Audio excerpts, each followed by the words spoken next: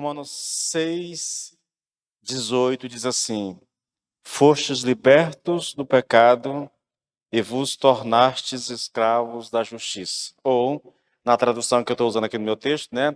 E libertados do pecado, fostes feitos servos da justiça. Senhor, nós te louvamos, nós te damos graça pelo privilégio que nós temos de poder estar na tua presença, Senhor, e de poder estudar a tua palavra. A palavra diz que muitos, Pai, morrem porque não conhecem. Lá em Oséias está escrito: o meu povo está perecendo porque lhe falta o conhecimento. Esse conhecimento que nos transforma, esse conhecimento que nos liberta, esse conhecimento que alimenta o nosso espírito, Pai. Nós temos a oportunidade de aprender, de conhecer.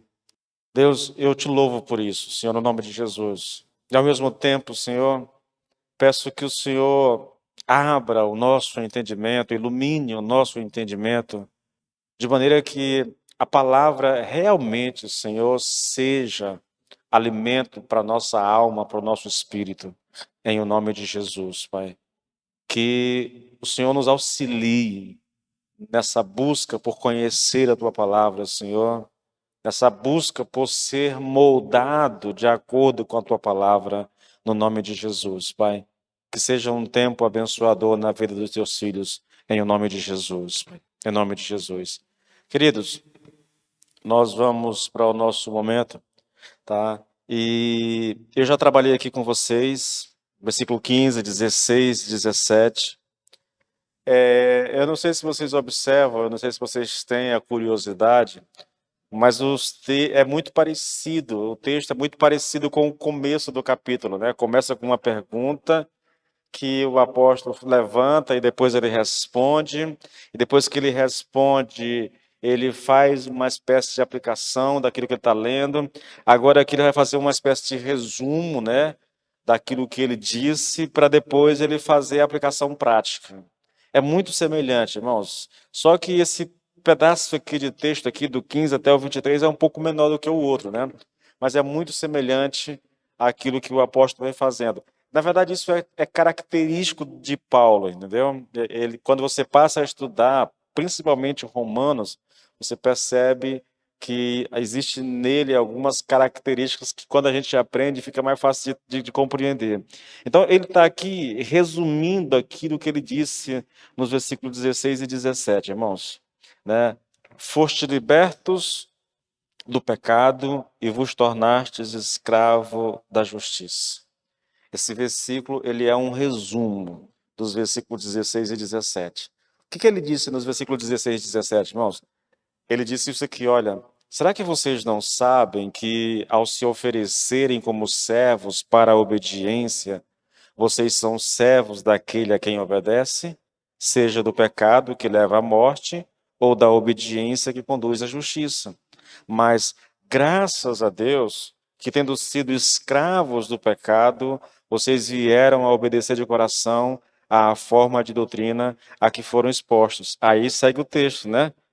Fostes libertos, ou na minha tradução aqui, né? E libertados do pecado, fostes feitos servos da justiça. Então, o que nós temos diante de nós aqui, querido, é uma declaração de Deus a respeito de todo e qualquer cristão. Ele não está aqui exortando, dizendo que você deve se libertar do pecado. Não. Ele está fazendo uma declaração a respeito da nossa condição como filho de Deus, entendeu? É uma verdade a respeito do cristão, querido.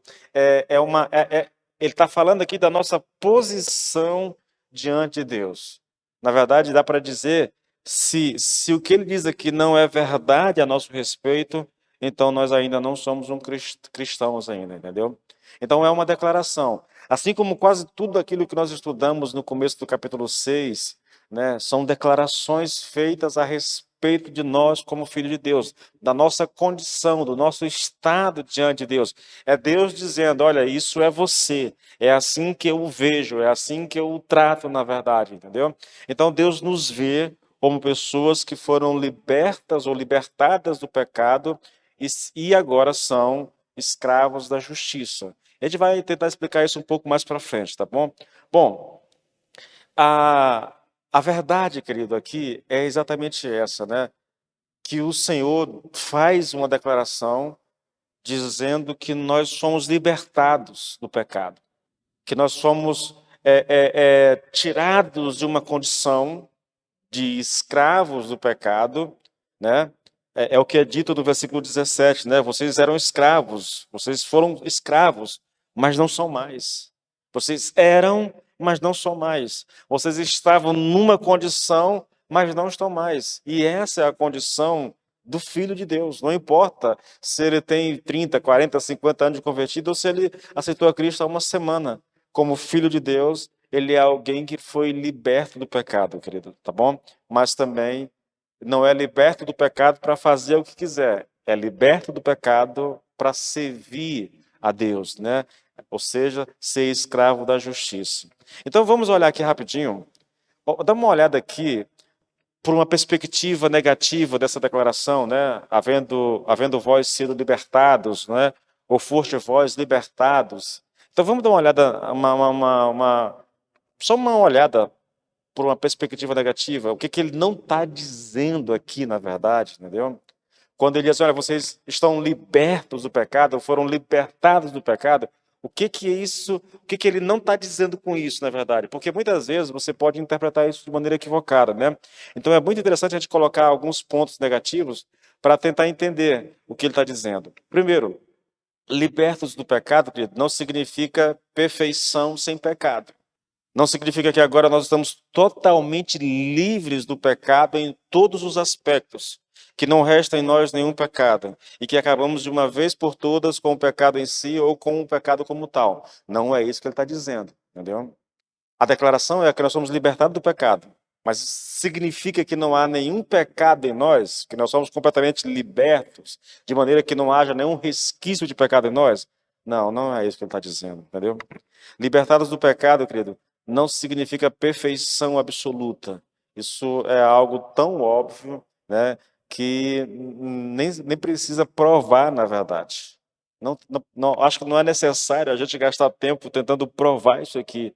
É só você olhar a sua própria vida, sondar a sua própria vida, você vai perceber que isso não é uma realidade em nós ainda, entendeu?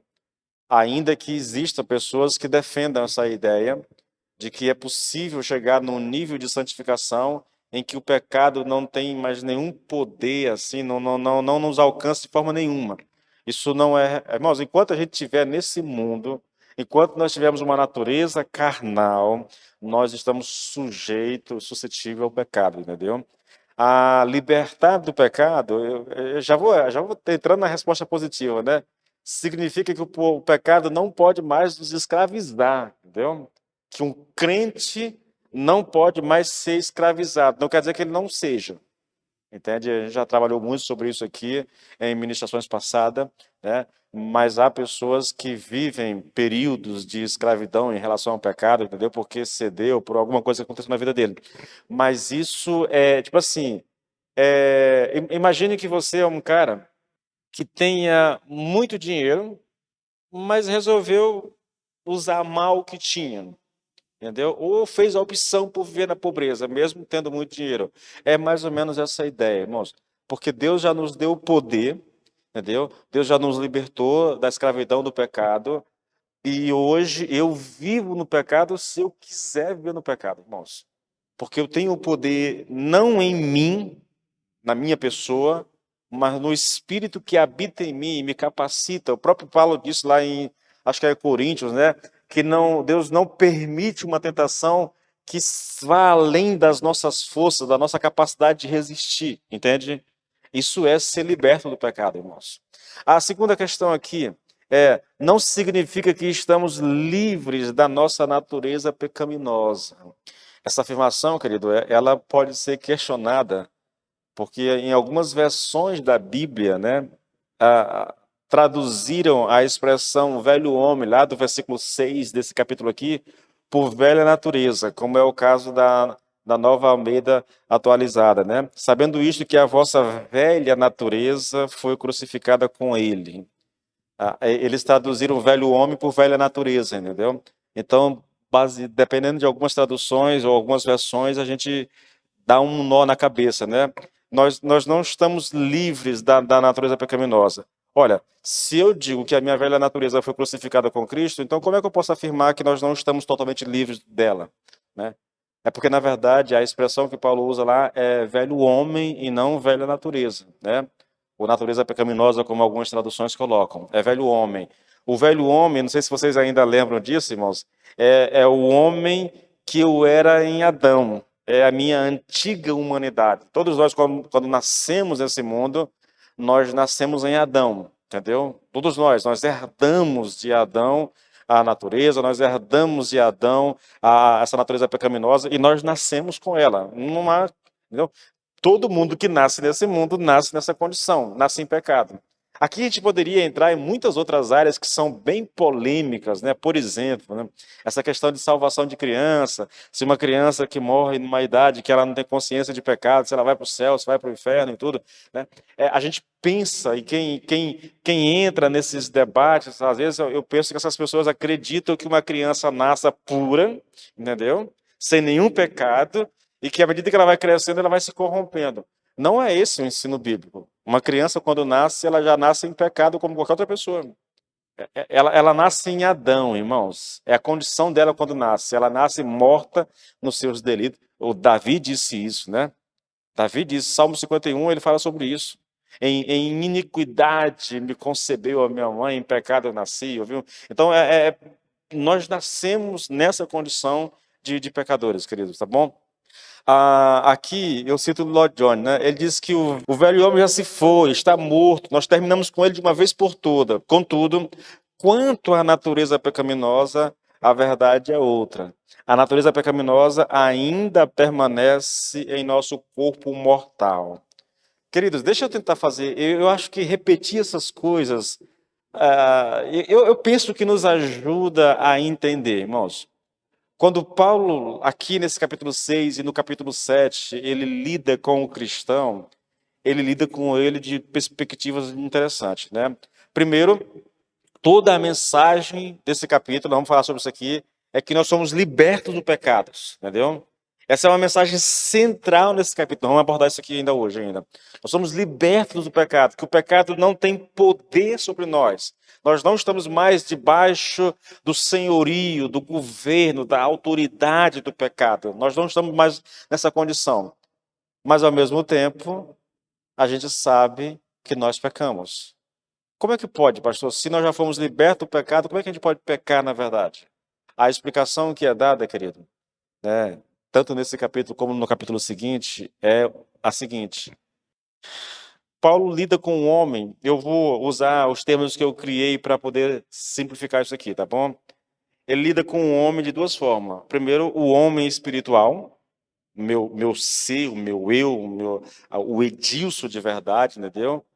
Esse homem espiritual, a condição dele ele já morreu com Cristo, ele foi sepultado com Cristo, ele ressuscitou com Cristo, e lá em Efésios 2 diz que ele está assentado nas regiões celestiais em Cristo Jesus. Essa é a condição desse homem espiritual. É nesse sentido que o homem não pode perder. Se o homem é crente realmente, se ele nasceu de novo, ele não perde a sua salvação. Por quê? Porque no que diz respeito ao seu homem espiritual, tudo já está resolvido. O sacrifício de Jesus Cristo resolveu tudo isso. Lembra lá de Jesus, lá no Getsemane, com os discípulos? Né? Orai e vigiai, por quê?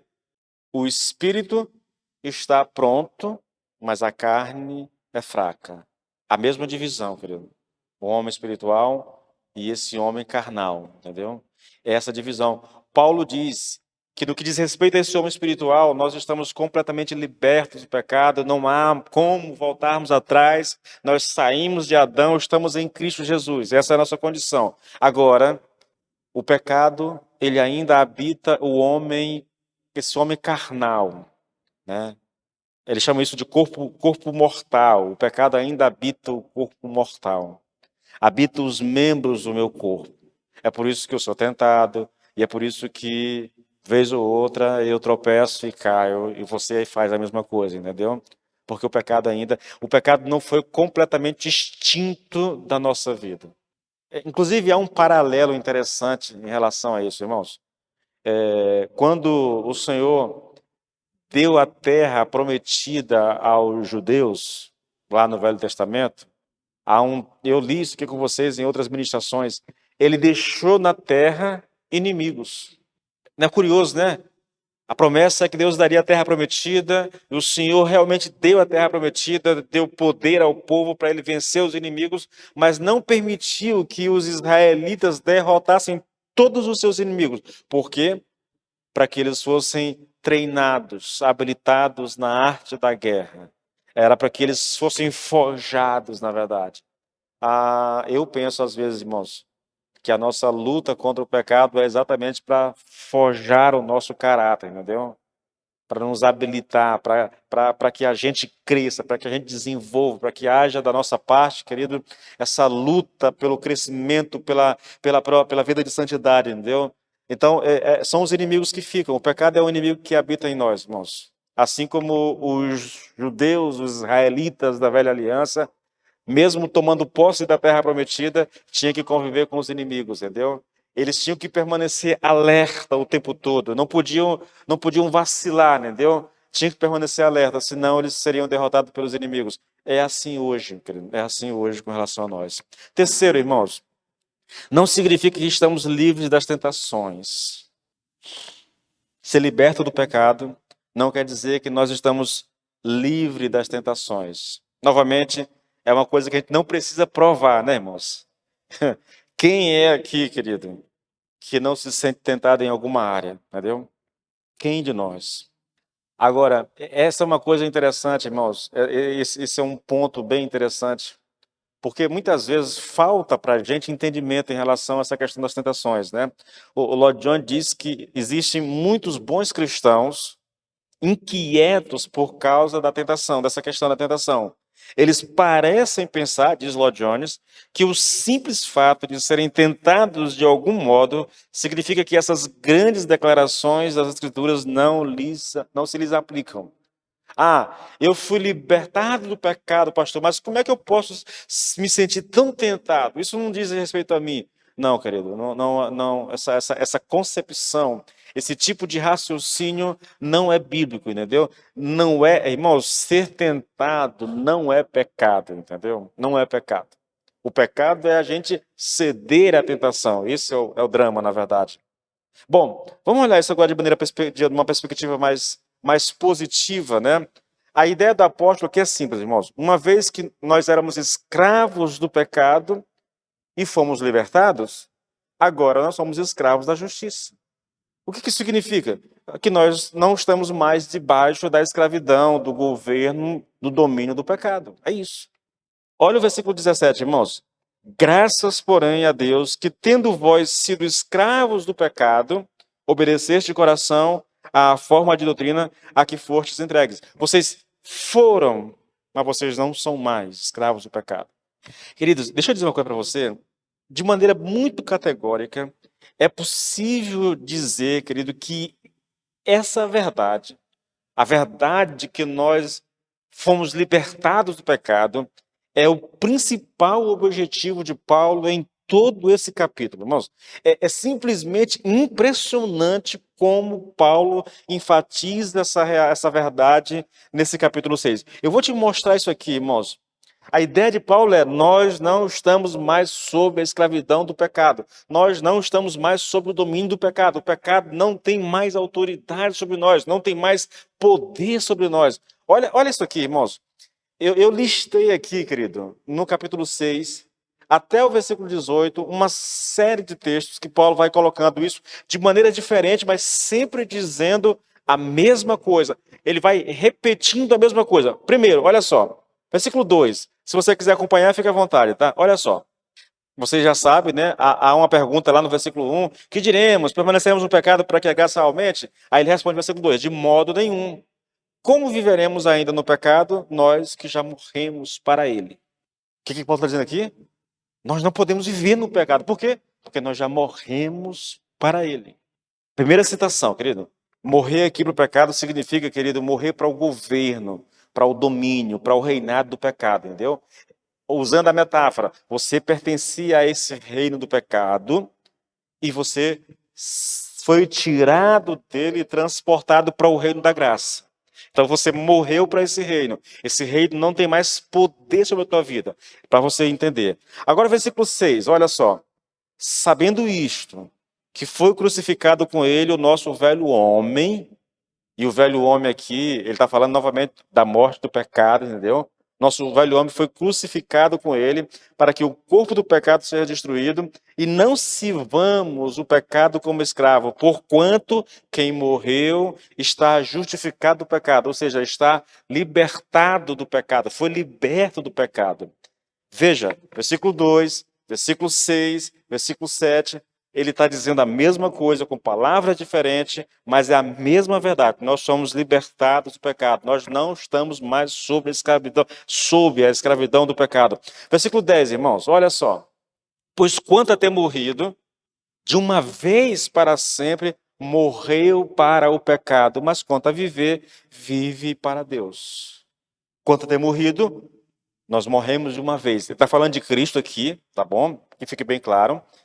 Essa declaração é a respeito de Cristo. Mas por que ela é importante para nós? É porque Paulo diz que nós estamos em Cristo e aquilo que é dito a respeito de Jesus é dito a nosso respeito. Porquanto, assim como Cristo morreu para o pecado de uma vez por todas, nós também morremos para o pecado de uma vez por todas, porque nós estamos em Cristo Jesus. Tá? Versículo 11. Assim também, vós considerai-vos mortos para o pecado, mas vivo para Deus. Esse versículo aqui, querido, ele é interessante, porque ele é uma espécie de sumário, ele é o resumo, a síntese de tudo que ele disse dos versículos de 1 até o 10. Ele sintetiza tudo nessa frase, né? Considerai-vos mortos para o pecado, mas vivos para com Deus. E ele é muito semelhante ao versículo 18 que nós estamos estudando, né? Porque também ele faz um resumo e uma conclusão daquilo que foi dito nos versículos anteriores. É bem interessante isso aqui, irmãos.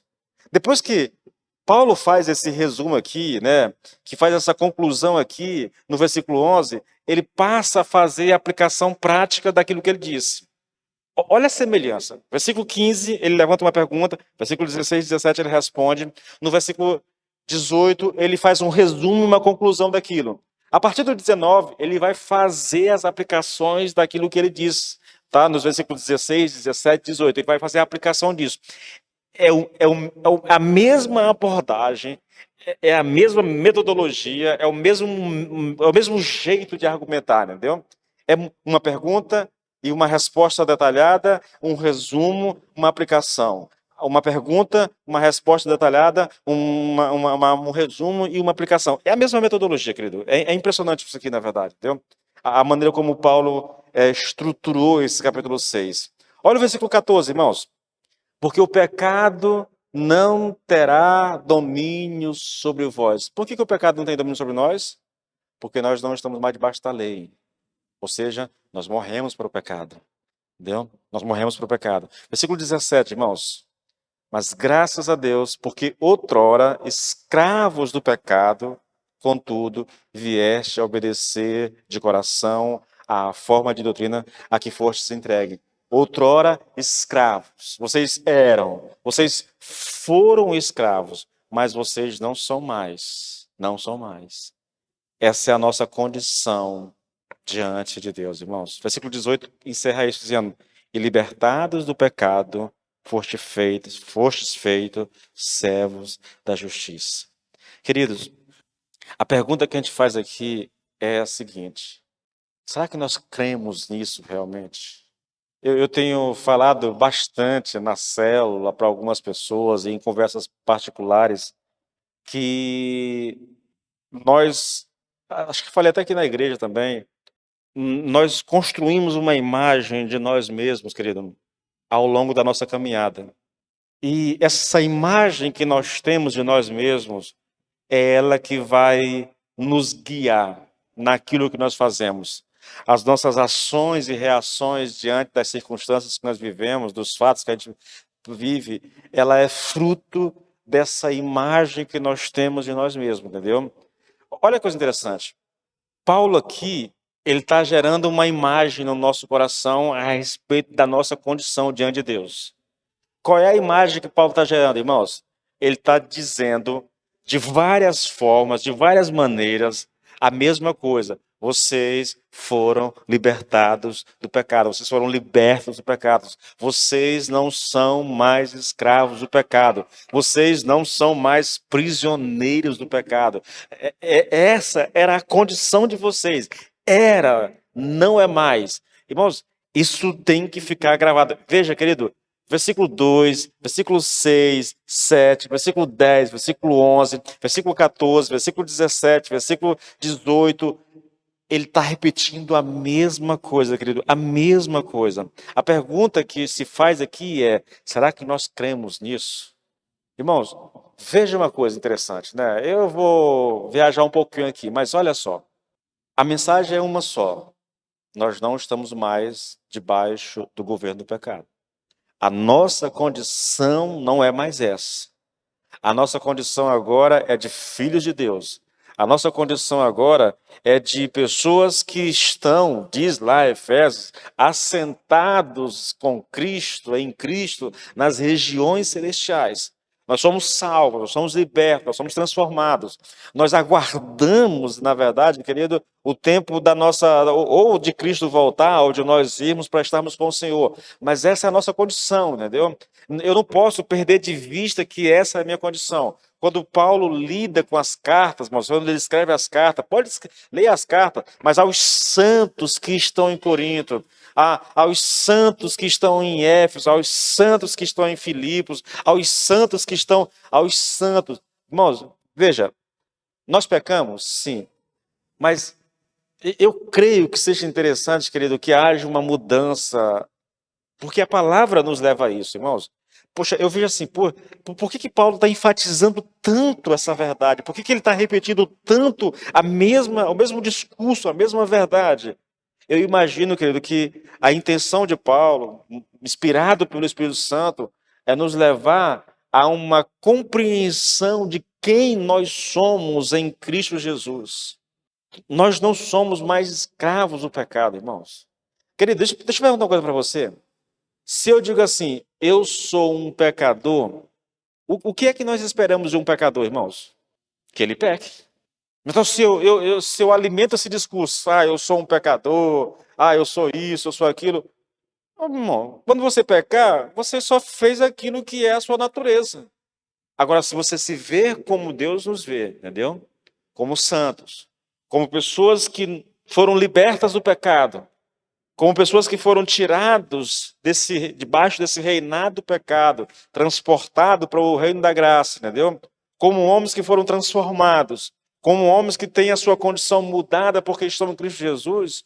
Então eu preciso me ver como alguém assim, querido. Eu preciso me ver como um homem. Na verdade, a minha ótica deveria ser a mesma de Deus. Porque, queridos, porque nós estamos em Cristo Jesus, Deus não nos vê mais como pecadores, irmãos. A verdade é essa.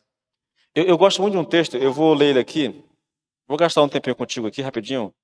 2 Coríntios 5, versículo 21, irmãos. Aquele que não conheceu o pecado, ele o fez. No caso, Deus o fez pecado por nós, para que nele fôssemos feitos justiça de Deus. Quem é que não conheceu o pecado? Jesus Cristo. Então o texto está dizendo aqui que Cristo, que não conheceu o pecado, foi feito por Deus pecado no nosso lugar. Por quê e para quê? Para que em Cristo fôssemos feitos justiça de Deus. Então, a ideia do texto é a seguinte, irmãos. Quando Deus olha para mim e para você, Ele não vê mais os meus pecados. Quando Deus olha para mim e para você, o que Ele vai ver é a justiça do seu Filho em nós. Eu gosto de ilustrar isso, irmãos. Eu gosto de metáforas, né? Essa coisa de imagens. Pensa no seguinte, nós, vestido com as nossas roupas sujas do pecado, como diz lá Isaías 64, né?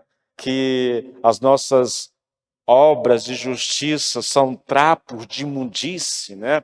Então estávamos aqui nós, vestidos com os nossos trapos de justiça, que era a nossa justiça pessoal, que aos olhos de Deus era igual um pano cheio de sangue, de menstruação, não tinha nenhum valor, não tinha nenhum sentido, né? O Senhor vem, sacrifica Jesus no nosso lugar. É como se ele removesse essa roupa suja de pecado, colocasse em Cristo, e em Cristo ele está punindo os nossos pecados. E uma vez que ele puniu os meus pecados em Cristo, agora ele pega as vestes de justiça de Jesus e me veste com ela. Na verdade, irmãos, se eu não me engano, é o livro de Zacarias, que diz que o sumo sacerdote Josué estava diante do Senhor, e o profeta pinta o sumo sacerdote com as roupas sujas, entendeu? E o diabo acusando ele diante de Deus.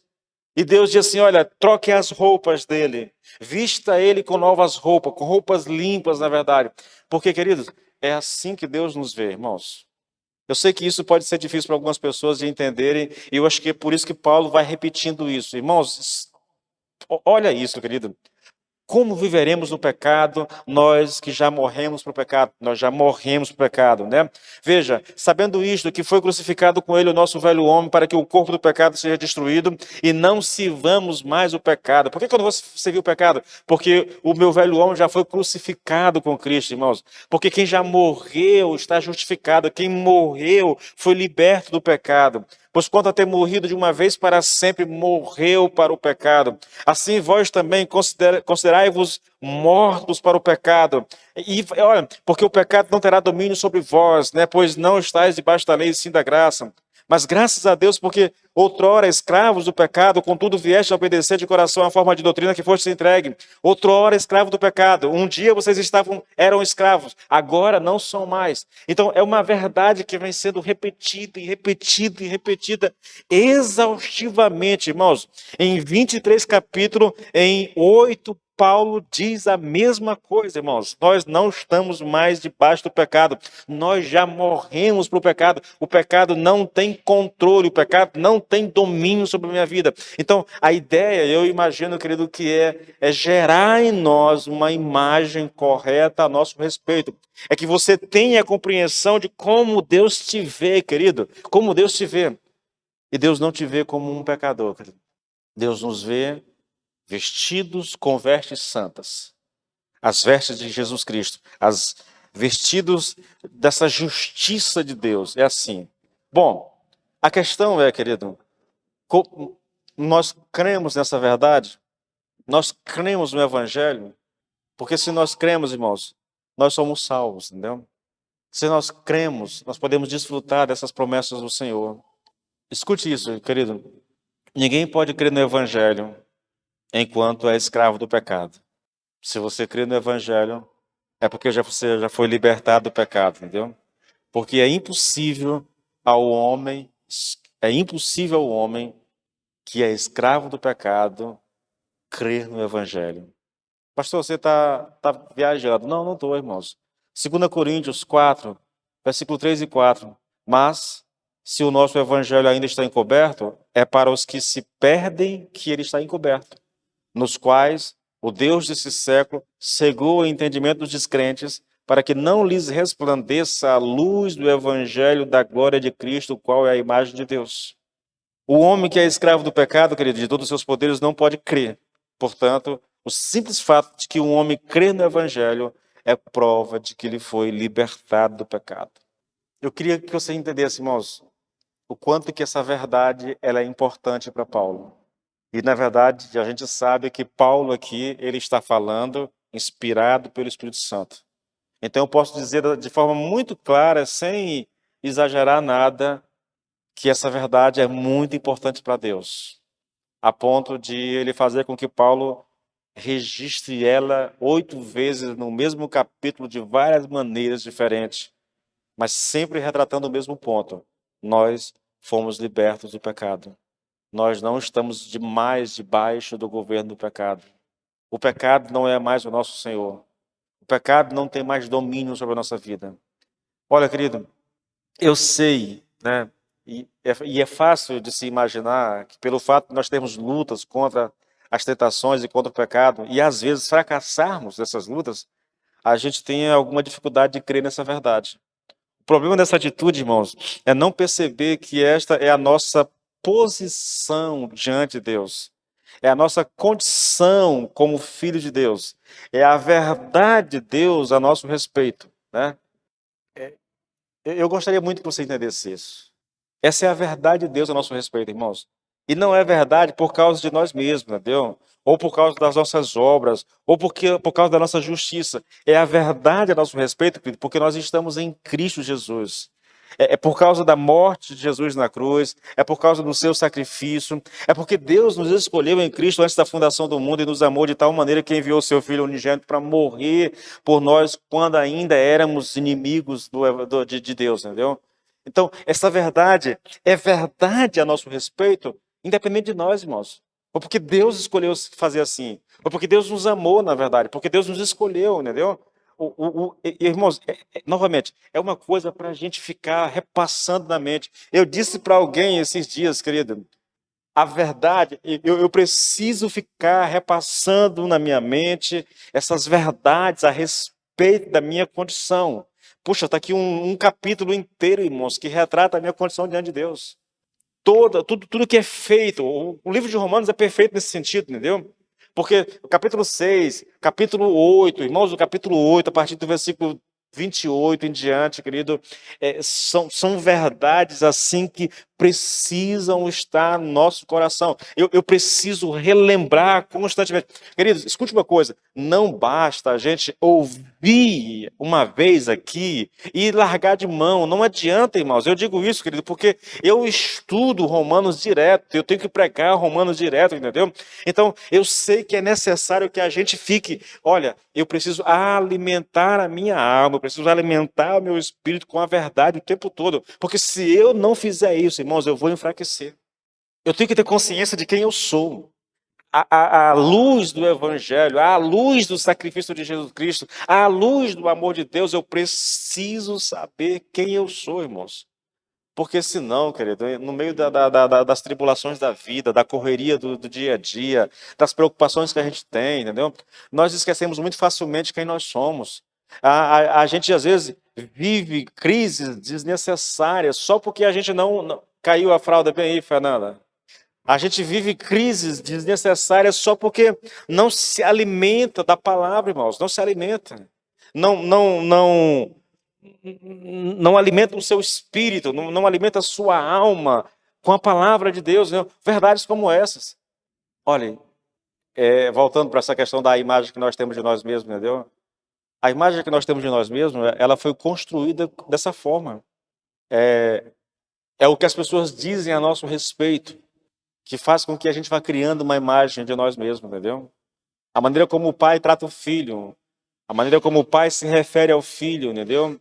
Às vezes a maneira como um tio fala, a maneira como um professor fala. Quantas pessoas, eu já presenciei pessoas adultas, casadas, querido, amarradas emocionalmente, entendeu? Gente que, eu já contei para vocês, gente que sabia ler normalmente, mas na hora que pega um livro na frente de um grupo de pessoas, ela trava, ela não consegue ler uma linha, ela começa a suar, ela começa a tremer, entendeu? A voz embarga e ela não consegue falar.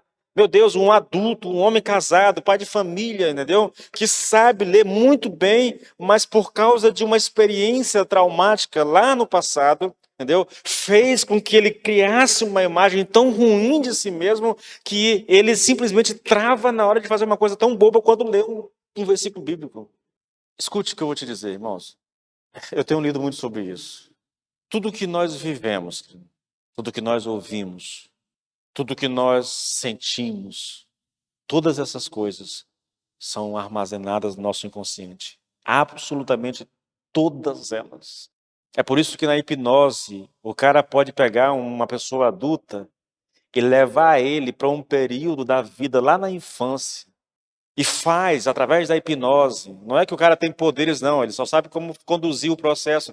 né? Ele sabe que tudo que aquela pessoa viveu está gravado, então ele consegue acessar essas informações. O cara sente cheiro, eu li recentemente essa experiência, o cara sente o cheiro, passa a descrever o que está acontecendo no ambiente, o que aconteceu 20 anos atrás, ele muda até a voz, ele passa a falar como se fosse uma pessoa de 20 anos atrás, entendeu? Tudo isso por meio da hipnose. Mas por quê? Porque todas aquelas informações estão armazenadas no seu inconsciente.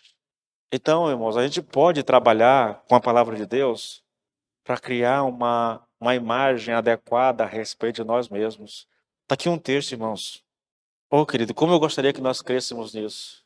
Nós não somos mais escravos do pecado. Nós não somos mais obrigados a pecar. Nós somos libertos dessa condição, querido. Nós somos arrancados dessa condição por Cristo. Nós estamos em Cristo, nós estamos unidos, conectados ao Senhor, a ponto de a Bíblia dizer que aquilo que aconteceu com Cristo é atribuído a nós. É atribuído a nós. Ele morreu, nós morremos com Ele. Ele foi sepultado, nós somos sepultados com Ele. Ele ressuscitou, nós ressuscitamos com Ele. Entendeu? Ele venceu o pecado, nós vencemos com Ele, irmãos. Ele morreu para o pecado, nós morremos para o pecado com Ele. É assim que Paulo trata essa questão no capítulo 6, falando da nossa união com Cristo. Escute, querido, isso aqui não é prático, isso aqui não é para você fazer alguma uma exortação, isso aqui é uma declaração de Deus a teu respeito, a meu respeito, e o desafio é que eu creia nisso. Lembra lá de Abraão? Quando Deus aparece para Abraão, lá em Gênesis 15, me parece? Abraão, olha para o céu, conta as estrelas. Não tem como contar, né? Ele diz, assim será a tua descendência. O que a Bíblia diz? Diz que Abraão creu. Deus fez uma declaração a respeito de Abraão e ele acreditou. É isso que Deus quer de nós, irmãos. Isso é uma declaração a nosso respeito. Fostes libertos do pecado e vos tornaram escravos da justiça. Então o Senhor pede, o Senhor manda que a gente creia nisso, querido. Vamos ler novamente, só para a gente dar sequência aqui. Versículo 18, né? Vós fostes libertos do pecado e vos tornaram escravos da justiça. O ensino de Paulo aqui, querido, é que antes estávamos escravizados pelo pecado, mas agora passamos a ser escravizados pela justiça. Eu sei que isso soa pejorativamente, né? Não soa bem aos nossos ouvidos. Ah, eu fui escravizado pela justiça. Você tem que entender, querido, que ser escravizado para a justiça significa que você é filho de Deus, tá? Então isso eu acho que soa melhor para a gente, né? Vamos lá. A palavra justiça aqui, irmãos, não se refere apenas à moralidade, mas à justiça original dada por Deus ao homem, né? Em outras palavras, justiça é uma referência à retidão, à integridade, em seu sentido moral mais elevado. Na verdade, em última instância aqui, querido, o que Paulo quer dizer com justiça é santidade, entendeu? Isso. Nós somos libertados do pecado para viver em santidade diante de Deus, entende? Para viver em santidade. Olha o versículo Romanos 6,19, irmãos, olha. Falo em termos humanos, por causa das limitações de vocês. Ele está usando uma linguagem, ele baixou a linguagem para que as pessoas entendam o que ele vai falar, entendeu? O que ele vai dizer? Olha, assim como vocês ofereceram os seus membros para que fossem escravos da impureza e da maldade que leva à maldade, assim ofereçam agora os seus membros para que sejam servos da justiça para a santificação. O fim último é esse: santificação, santidade. Libertos do pecado para viver em santificação, para viver em santidade, tá bom? Aí, irmãos, me permita fazer aqui uma citação bem longa de Lloyd Jones, explicando essa questão toda. Olha, ele diz assim: a nossa situação como cristãos é que fomos escravizados pela justiça. Não significa que admiramos a justiça, nem que desejamos ser justos. Não significa que estamos tentando ser justos ou tentando praticar a justiça em nossa vida cotidiana. O que ele diz inclui todas estas coisas, mas tem conteúdo muito mais amplo. O que o apóstolo diz é que nos tornamos escravos da justiça, nada menos do que isso. Não servos e sim escravos da justiça. Significa que passamos a estar debaixo do poder, do controle e da influência da justiça. Assim como no passado éramos tiranizados, governados, dirigidos pelo pecado, agora podemos dizer, estamos tiranizados, dirigidos e governados pela própria justiça. Longa, né? O que é estarmos escravizados pela justiça, irmãos? Significa simplesmente nascer de novo, irmãos. Significa que um novo princípio de vida foi colocado em nós. Esse princípio de vida é nada mais, nada menos do que o Espírito Santo habitando dentro do nosso coração. Dentro da nossa. É o Espírito Santo habitando em nós, entendeu? É por isso, irmãos, é por isso que em Gálatas 5,17 está escrito assim, olha, porque a carne cobiça contra o Espírito, e o Espírito cobiça contra a carne, e estes opõem-se um ao outro para que não façais o que quereis. O que é dito aqui? Que no momento em que um homem se torna cristão, o Espírito de Deus está nele, e o Espírito de Deus dentro dele cobiça conquistá-lo totalmente para o Senhor. O papel do Espírito é nos conquistar totalmente para Deus. Olha esse texto em duas traduções diferentes. Uma é uma paráfrase e a outra é só uma versão bem contemporânea, tá bom? A paráfrase é a Cartas para Hoje, e a versão que eu vou ler é a Nova Bíblia Viva. É o mesmo texto, Gálatas 5,17. Escute isso, eu vou ler lentamente, olha. Pois toda a energia da natureza inferior, está falando da natureza carnal, tá? Pois toda a energia da natureza inferior está voltada contra o espírito. Tá voltada, está lutando, entendeu? Está enfrentando, está encarando o espírito. Enquanto todo o poder do espírito é contrário à natureza inferior. Então há dois poderes dentro do ser humano que estão em guerra, na verdade. Aí ele diz assim, olha, aí está o conflito. E é por isso que vocês não são capazes de fazer o que querem. Agora, a tradução da Nova Bíblia Viva, que talvez esclareça um pouco melhor ainda, talvez se torne mais claro para a gente. Olha, porque nós, por natureza, gostamos de fazer as coisas que são as coisas ruins, que são justamente o oposto das coisas que o Espírito nos manda fazer. Veja, por natureza eu desejo fazer uma coisa que não é boa, e essa coisa é exatamente o contrário daquilo que o Espírito manda fazer. E as coisas boas que desejamos fazer quando o Espírito nos domina são justamente o oposto dos nossos desejos naturais. Estas duas forças, né, os desejos naturais e o Espírito, ou a natureza carnal e o Espírito, estas duas forças dentro de nós estão lutando constantemente uma contra a outra, a fim de ganhar o domínio sobre nós, e os nossos desejos nunca estão livres de suas pressões. Deixa eu tentar ilustrar isso aqui, querido, com uma historinha bem antiga, que eu ouvi faz muito tempo que eu gosto de aplicar ela. O crente tem duas naturezas dentro dele. Por um lado, uma natureza espiritual, movida pelo Espírito, do outro lado, uma natureza carnal, movida pelos nossos desejos naturais. São duas naturezas. Aí a história é a seguinte: era de um homem, isso tem versões e as pessoas enfeitam, mas eu vou contar uma bem simples. Há um homem que morava num povoado distante e que todo final de semana ele subia para o centro comercial daquele lugar, levando 2 galos de briga. 2 galos. Para ilustrar melhor, um preto e um branco. Todo final de semana ele apostava no galo vencedor. Ele nunca errava o galo que ia vencer a briga. Até que alguém curioso chega nele e diz assim, olha, qual é o segredo? Como é que você sempre acerta o galo que vai vencer a luta? E ele diz, de maneira quase irônica, é muito simples. O galo que eu quero que vença vai ser bem alimentado a semana toda. O que eu quero que perca vai passar fome. Aí imagina quem que vai ganhar a luta. Bom, é uma historinha boba, mas serve, querido, para trazer uma lição muito profunda a nós, como homens e mulheres de Deus. Nós temos duas naturezas. a qual delas nós alimentamos mais? Percebem? Nós estamos alimentando a nossa natureza espiritual.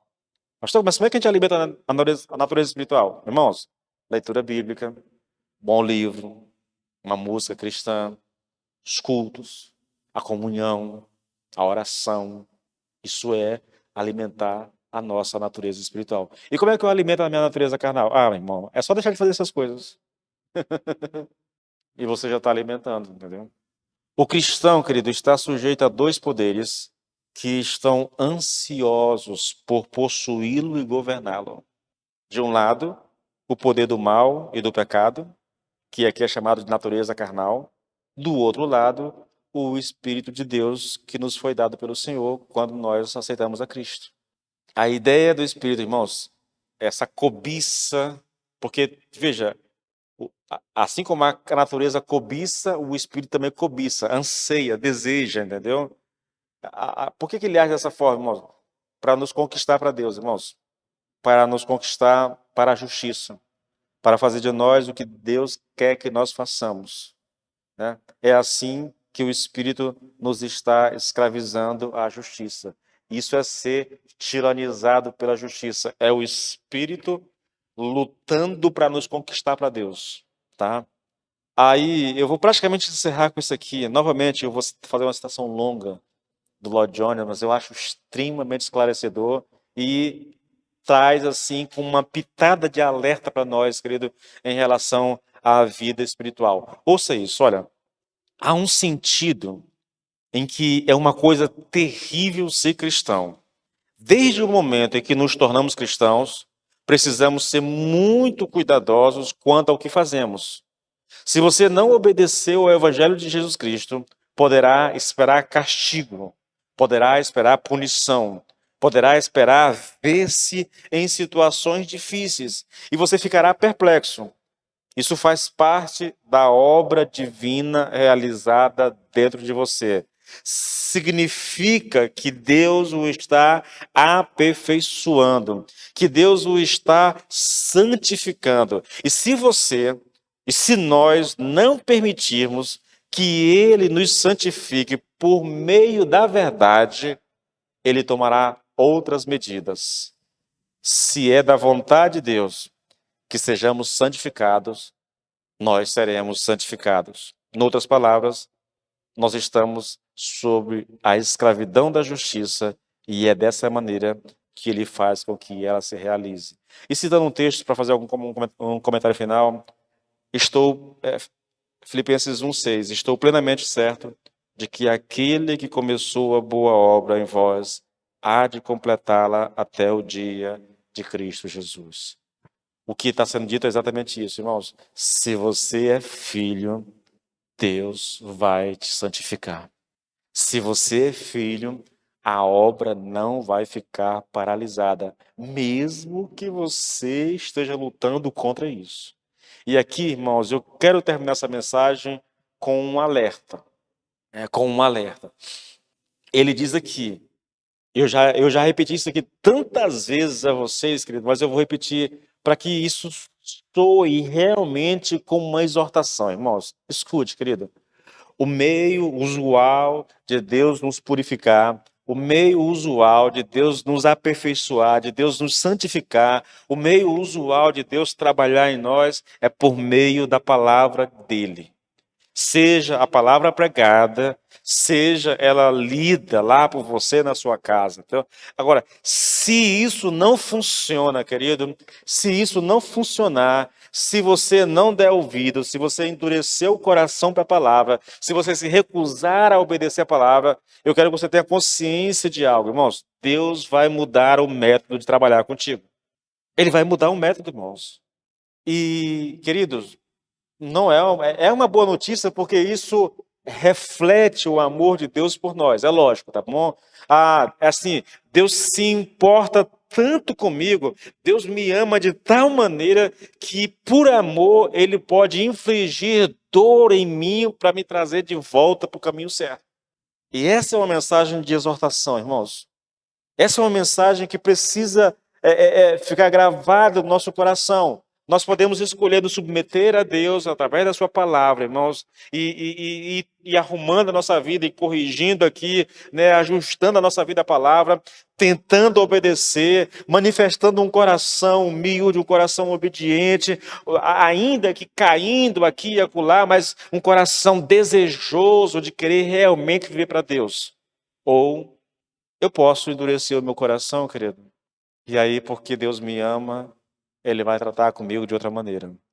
Queridos, Provérbios 3, Hebreus 12, diz, acho que é 12, eu não lembro aqui exatamente, diz que Deus disciplina a quem Ele ama. Ele corrige a quem Ele ama. Assim como um pai, e eu sei o que é isso, eu sei o que é pegar um filho e dar uma lapada nele com a sandália, com o cinto, entendeu?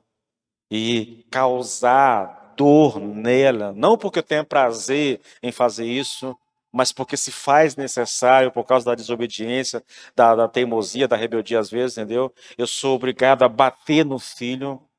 Irmãos, dói na gente mais do que dói na criança, entendeu? Mas a gente é obrigado a fazer isso porque ama o filho. Deus faz a mesma coisa conosco, querido. O correto seria, irmãos, que a gente se alimentasse com essa palavra. Nós não estamos mais debaixo do domínio do pecado. Nós fomos libertos, nós somos libertados, nós somos tirados do reino do pecado e transportados para o reino da graça do Senhor. E essa mensagem deveria ressoar no nosso coração, na nossa mente, irmãos, deveria nos alimentar de maneira que a gente procurasse viver em santidade, procurasse agradar a Deus da melhor forma possível, entendeu? Sem que com isso precisasse Deus mudar a metodologia para nos fazer obedecer. Ok, queridos? A gente vai parar por aqui, porque é uma mensagem que vai longe, tá bom, essa questão. Mas eu espero que você entenda o que foi dito, querido. Que você possa se alimentar disso. Que você possa atentar para a exortação, querido, e buscar de todo o coração viver para Deus, irmãos. Porque é o que nós precisamos, tá bom? Vamos orar ao Senhor. Pai, te louvamos e te bendizemos pela tua palavra, Senhor, pela instrução da palavra, Senhor. Agora, que teu Espírito nos ajude a crer nela, a nos alimentar dela, Senhor, de maneira que o nosso coração sofra uma transformação, Pai, no nome de Jesus. Possamos viver como homens e mulheres de Deus, como filhos e filhas de Deus, Pai, fazendo a tua vontade, alegrando o teu coração, em o nome do Senhor Jesus Cristo. Amém e amém.